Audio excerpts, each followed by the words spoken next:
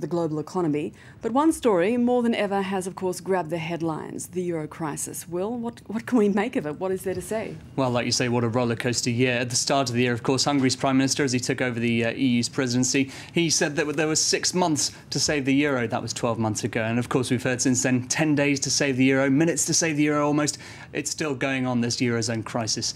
In a minute, we'll be joined by Frederic Bonnevet here, our analyst from Anthera Partners. He's going to be talking to us about what he thinks of the eurozone crisis and how that's going to play out in 2012. But first, let's get a reminder of how we got to where we are in 2011. An angry start to 2011 as Greeks took to the street, protesting against tough austerity measures. It was a sentiment echoed across Europe, from Lisbon to Dublin. We've got nothing left, just the money in our pockets. I come here to protest every day. I've not had a job for a year now. I'm looking for work, but there just isn't any. Nations drowning in debt, unable to borrow from the markets, where rates had become prohibitive. And when solicited, Europe's stronger economies were reluctant to bail out their spendthrift neighbours, and major players struggled to agree on just how to stem the growing debt crisis. From Eurobonds to debt sell-offs, repeated summits failed to find the solution. EU leaders did manage to establish a bailout fund, but with debt spiralling, it soon proved inadequate. In July, banks were called upon to play their part, trimming some 21% of the sovereign debt racked up by Greece. I strongly support the voluntary participation of the banks. It gives out the right message in these difficult times.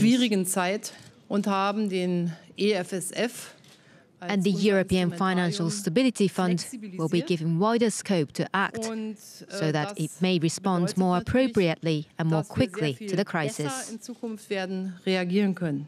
Markets were swift to react to the news with widespread panic, shying away from sovereign debt, which had become, to the eyes of many, a toxic investment.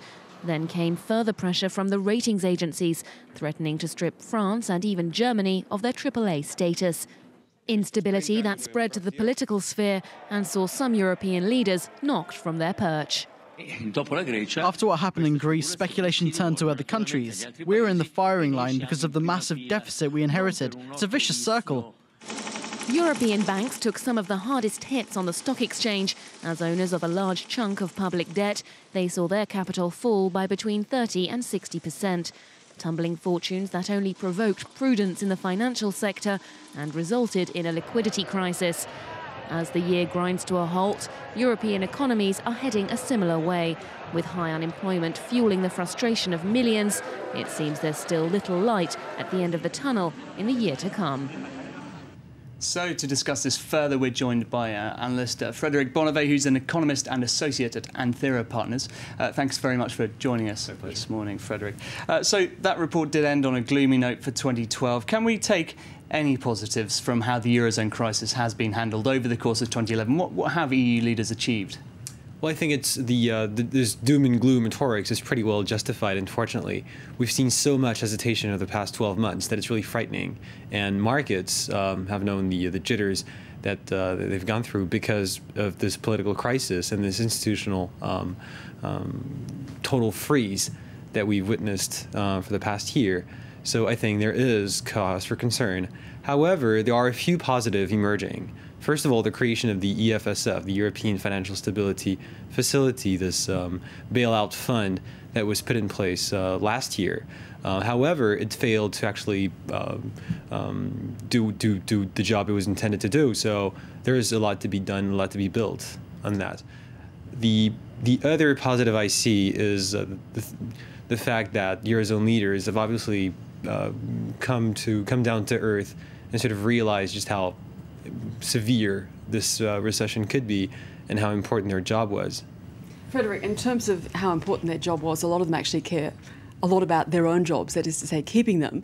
I guess the question is, what do the leaders need to do, but politically, what can they do to save the euro? That's a very good question. We've seen so many leaders toppled from their perch. First of all, in Spain, in Italy, and potentially in France. We'll see about that in the coming months. Now, we need to distinguish between two different debates. The one being one of financial stability and survival of the eurozone, and the other being of political sensitivity. And we clearly need to have this disambiguation effort with the general public, so as not to mix what could potentially make or break a country and what just changes who actually runs the current affairs. So I think we're heading towards the right direction here, but it's a very slow motion process. And maybe the markets aren't going to give them that time. I fear that. So, like you say, we've got this tension between the political pressures, we've got the economic pressures from the markets, and we've got the fact that there are 17 eurozone nations all trying to work together. How do you rate the euro's chances for 2012? Well, I think it is going to survive anyhow, but I do see three scenari in front of us.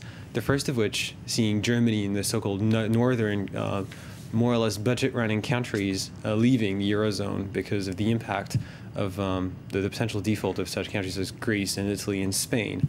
That's, of course, a very negative one. And this would eventually, potentially not next year, but in the coming years, lead to a complete breakup, a disintegration of the currency union. The second scenario would see Greece and some other peripheral countries leaving.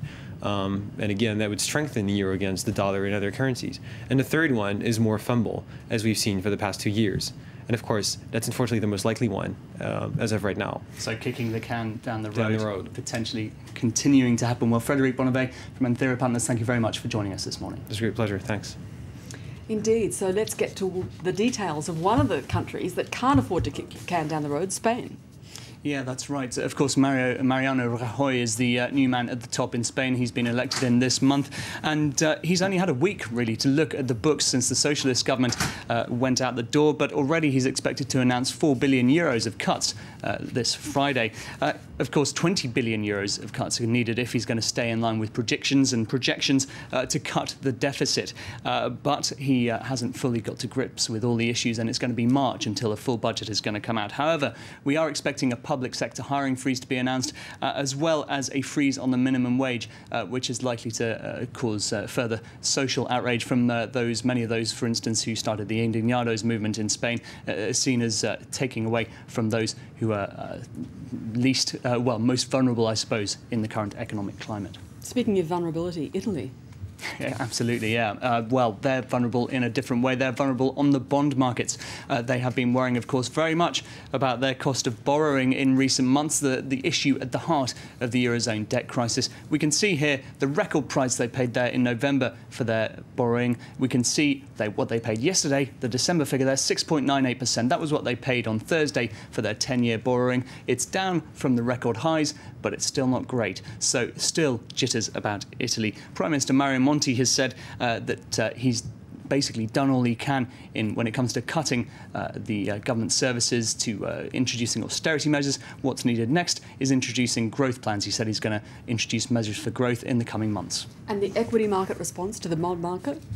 Well, they've been pretty positive in the last 24 hours at least. Let's take a look at the US markets first. They got some positive news, actually. After all this doom and gloom, it's nice to hear a bit of positive news in that US job figures were more positive than expected. You can see how that reaction played out on the US markets there, all firmly up.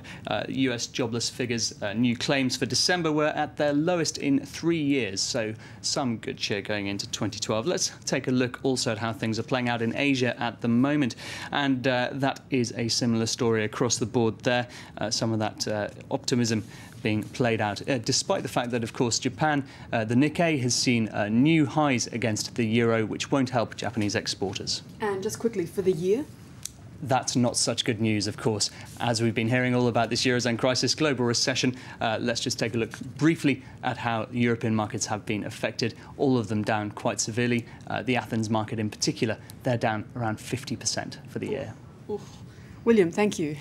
Awful news, but thank you. Sorry about that. Coming up next, the best or the worst videos of 2011 in our end-of-year wrap. Don't go away.